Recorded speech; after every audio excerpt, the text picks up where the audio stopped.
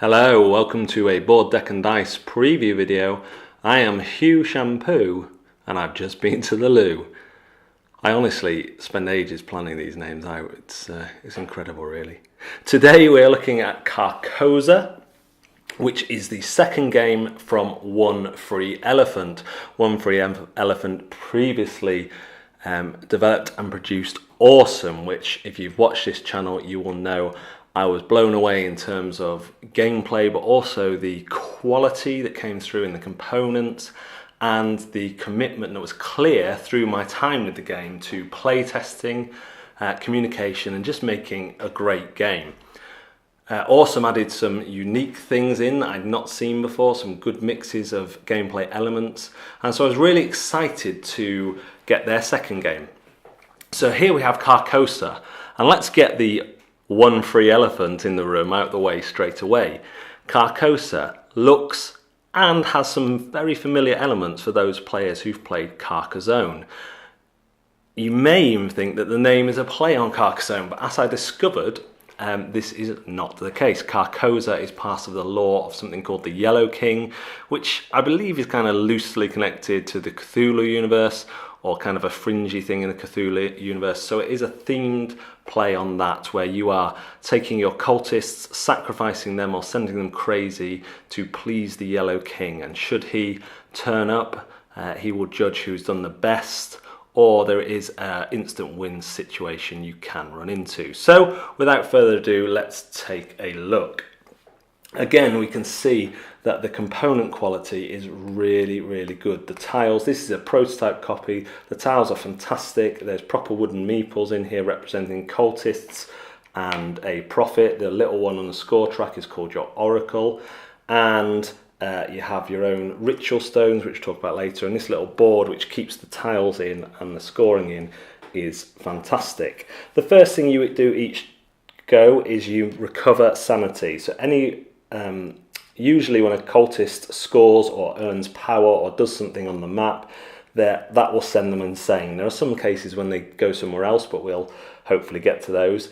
Then they recover, and then they're free to be used in your ready pool. So the first thing you do is recover sanity by moving any of your lying down insane cultists to the recovery room and then to your ready pool. You will then select a tile. You do this by taking the profit of your colour and choosing a tile of your choice that doesn't already have a profit in. So the first go of the game you're going to get more options, so I can literally choose from any four, but later on this situation could arise where I'll be moving my profit to another pile, so my choice is only two. Yet this is still a much better mechanism than Carcassonne, where you're blind drawing from a tile, from a bag.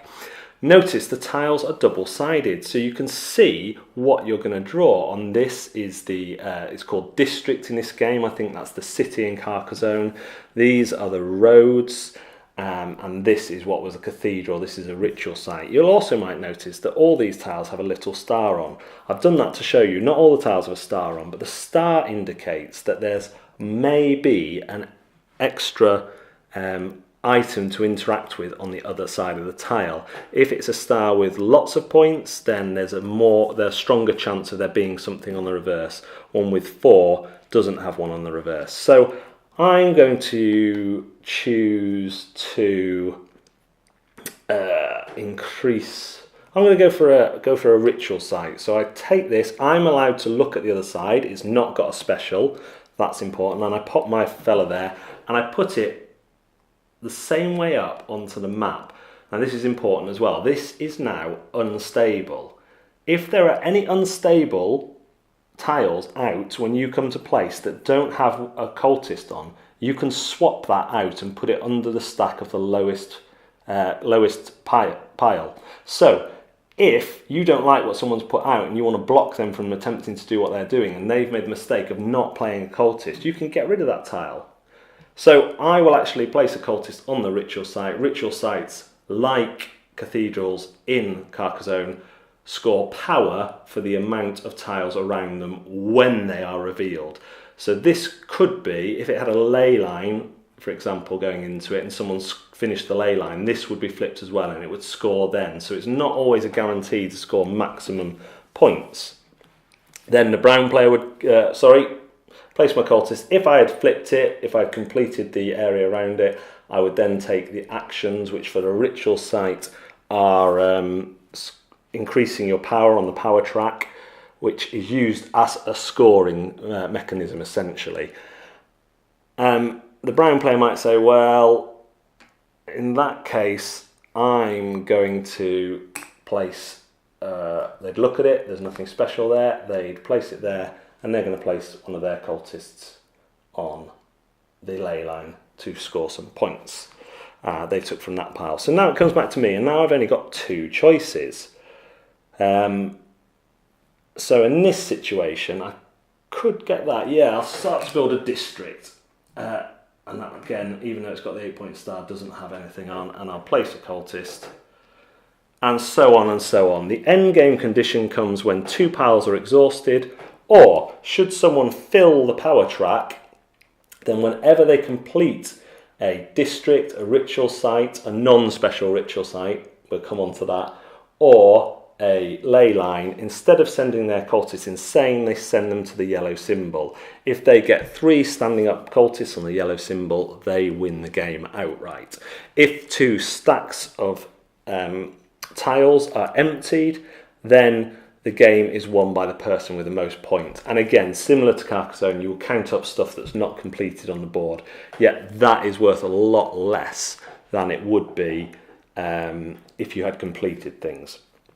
So let's talk quickly about the specials. I think this is a special. So this is a special ley line. So if this were at the end of a ley line, then that would mean, as well as, when you complete the ley line, as well as being able to imbue a ritual stone that equal to the length of your ley line, you would also get power equal to the length of your ley line. So let's just say, I know it's an illegal placement because of that, but let's just say we've got a 1, 2, 3, 4. Because one end has an empowered conflux, that would score 4 points on the power track. And you would also be able to look at your ritual stones, which have various one use while they're imbued powers. So they all start on the other side, but you could empower one of these, but you could only empower up to the length of the ley line. So this is 1, 2, 3, 4 tiles. I wouldn't be able to empower these 3. But one of these 3 I would, and they give you game-breaking powers like being able to look through a stack or knock a profit off a stack so you can take from that stack, or place an extra cultist out on an empty feature. The specials in the districts are theatres, and when you score a district with a theatre in, you are able to take that amount, the amount of theatres worth of cultists from the yellow signboard to your ready pool. So if you get 3 theatres, you can take all 3, pop them in your ready pool, and they're available to use. And it also scores you 2 power for each tile in this completed district. The ritual sites score you 1 power for every tile around them when they are flipped, when they become stable. And the special on the other side of those is called Feaster. Feaster is a big tentacled monster, and when Feaster appears, he will devour any cultists that are lying down in the sea around him or her, I do not know the sex of Feaster, that he can reach without being blocked by other elements. And all those cultists would score the person 4 points. However, this is the time when these cultists don't go insane. Instead, they go back to the board and lay down to be recruited through the theatres. When you get to the scoring stage, you will count up and you can go beyond the scoring marker then to add up all your scores, and the highest power wins.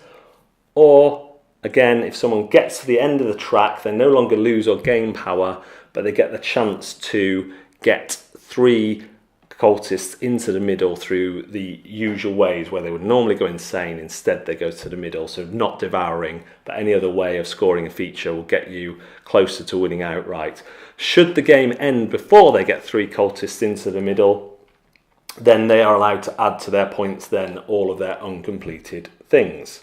So that is a quick look at Carcosa. Let's see what I think. Okay, obviously anyone who knows Carcosa knows that there are elements here that are very similar. The districts are the towns, the ritual sites are the cathedrals or chapels, and the ley lines are the roads, the water is the fields. But what Carcosa does successfully is add a level of tactics and strategy and complexity to the familiar Carcassonne pattern. Each of these elements has other ways of scoring. So if you flip it over and it's got something special on, which you get a clue by on the back, then you're going to get extra things that you can do, extra bonus ways of scoring, ways of imbuing power stones which give you game-breaking abilities, ways of getting extra cultists, so you're not constantly thinking, oh, if I put them on there, then I run out of cultists and I don't have anyone to recover the next go, so something better might come up. Also, the double-sided tiles work really well. You know, apart from the special ability, what might happen next time. So you've got an idea of what's going to be on that. And say you place a ritual site out that has the tentacles on the other side. You've looked, so you know you must play that out. Then you will start laying cultists down to get devoured by Feaster. But you could be tricking people. So whether they lay people down to get in on that 4 points is an interesting kind of sub-game going on with a bit of deception. I really like the method of tile choosing, and I much prefer it over blind draws in a bag. Yes, there's still an element of luck because of the stack that you go on, but you're always going to have two choices, which is, in my opinion, better than drawing one tile from a bag and having to suck it and see.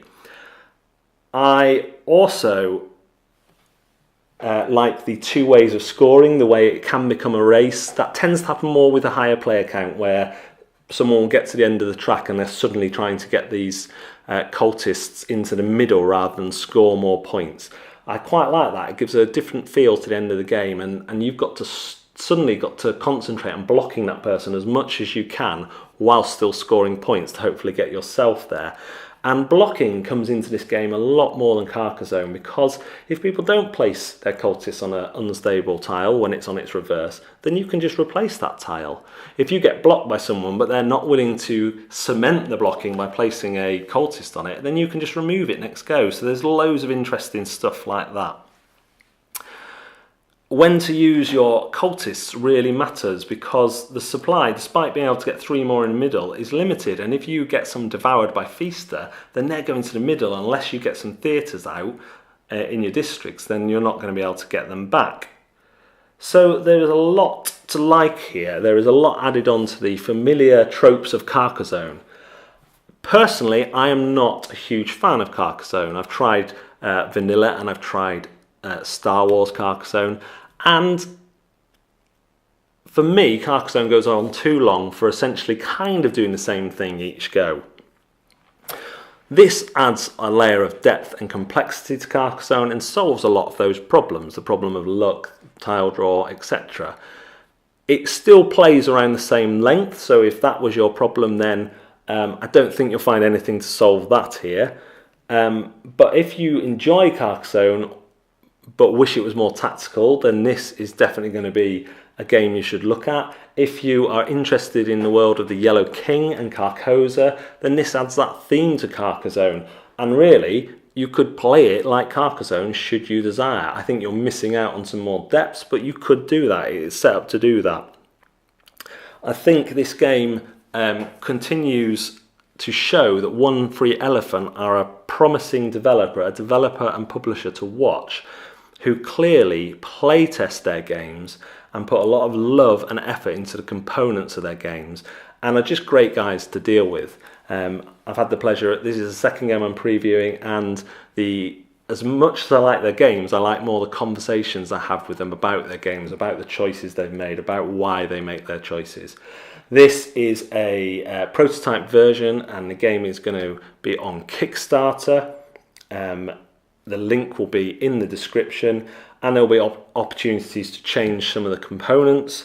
So if you like Carcosa, you're looking for a bit more depth, a bit more kind of cultist feeling, a bit more Yellow King, then This is an excellent game to look into with great component quality and that extra level that Carcosa doesn't have for me.